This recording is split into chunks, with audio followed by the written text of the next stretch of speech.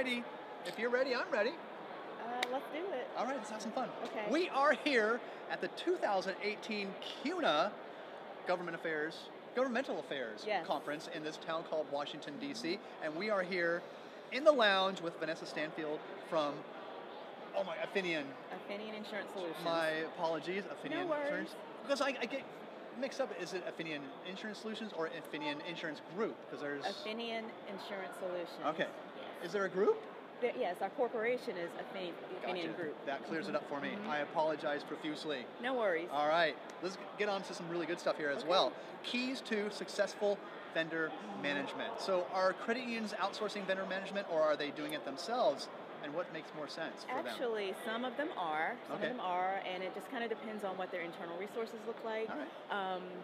It does make sense in a lot of situations. Again, it just depends on what the bandwidth is of the credit union, what their level of expertise is related to vendor management, and so those are a couple factors that go into determining whether or not they want to outsource it. I will say though, credit unions, if they're going to outsource the vendor management function, just be very, very selective, in terms of identifying who that vendor or who that partner is going to be, and really recognizing that although they outsource it, they are not relieved of any of the responsibilities associated with the risk of those vendor relationships. Absolutely. A lot of compliance stuff going on there. Yes. And there's so many vendors out there nowadays. There It's are. like you really have to do your due diligence. You do. You do. That's right. You do That's do important. your due diligence, yes. That's right. That's right. Oh my. So, so what makes more sense though to outsource? I'm sure there's parameters and... There are parameters.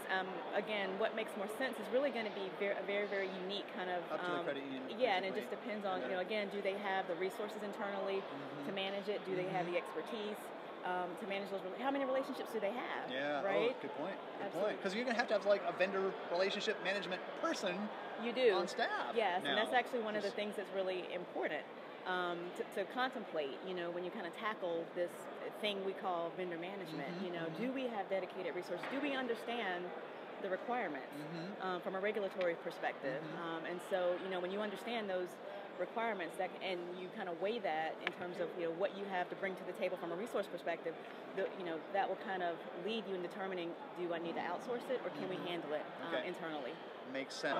With regard to all of those requirements, from a regulatory perspective.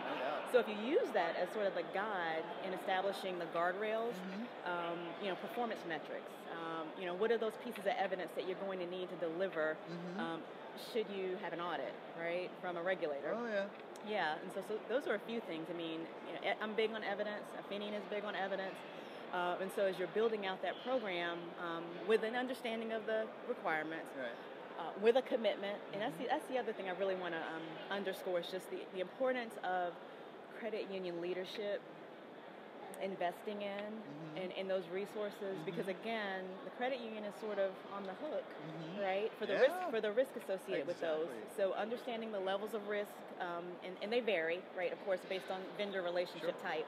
So understanding that, bringing the resources to the table, building the program around the regulatory requirements makes it easier, I'll say, in terms of being able to demonstrate compliance. Indeed. All right, last question for you. I'll get you off the hot seat here. Yes. What are some of the barriers to effective vendor management? What are some hurdles? What holds people back? I think, first of all, a lack of understanding. I think a lack of operating in a mode of reaction as opposed to being proactive. So when we don't have an established we don't know what we're doing and we're trying to solve for it, then it sets us up for failure. The other big one is not having those dedicated resources. So we've seen situations, organizations that have folks that are kind of responsible for the function of vendor management, but they don't really understand it, and so that's a tough one when you don't have a commitment from the top to invest in having designated subject matter experts who can really manage the function. Yeah. Exactly. Anything else to add to wrap up? Because this is obviously a topic that's not going. Actually, I think. All right, and it's Tyler, right? Yes. Okay. All righty. You're ready, I'm ready. Okay, perfect. We are here at the 2018 CUNA GAC in this town called Washington, DC Yes. with Michelle Tyler from Affinion Insurance Solutions. Absolutely, you Did got I it get that right? I got that Yes. right, Vanessa. Insurance Solutions.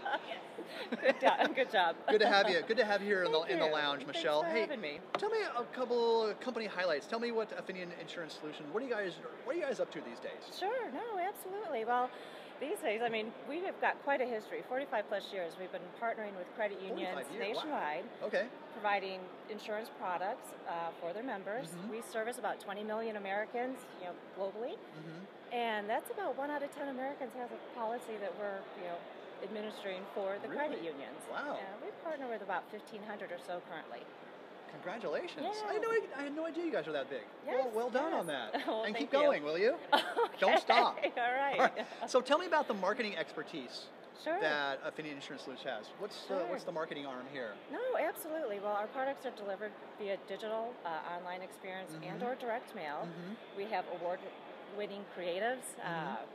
And that's one of the things I'm most proud of because we're marketing the credit union's brand, not our brand. So we'll follow their branding guidelines.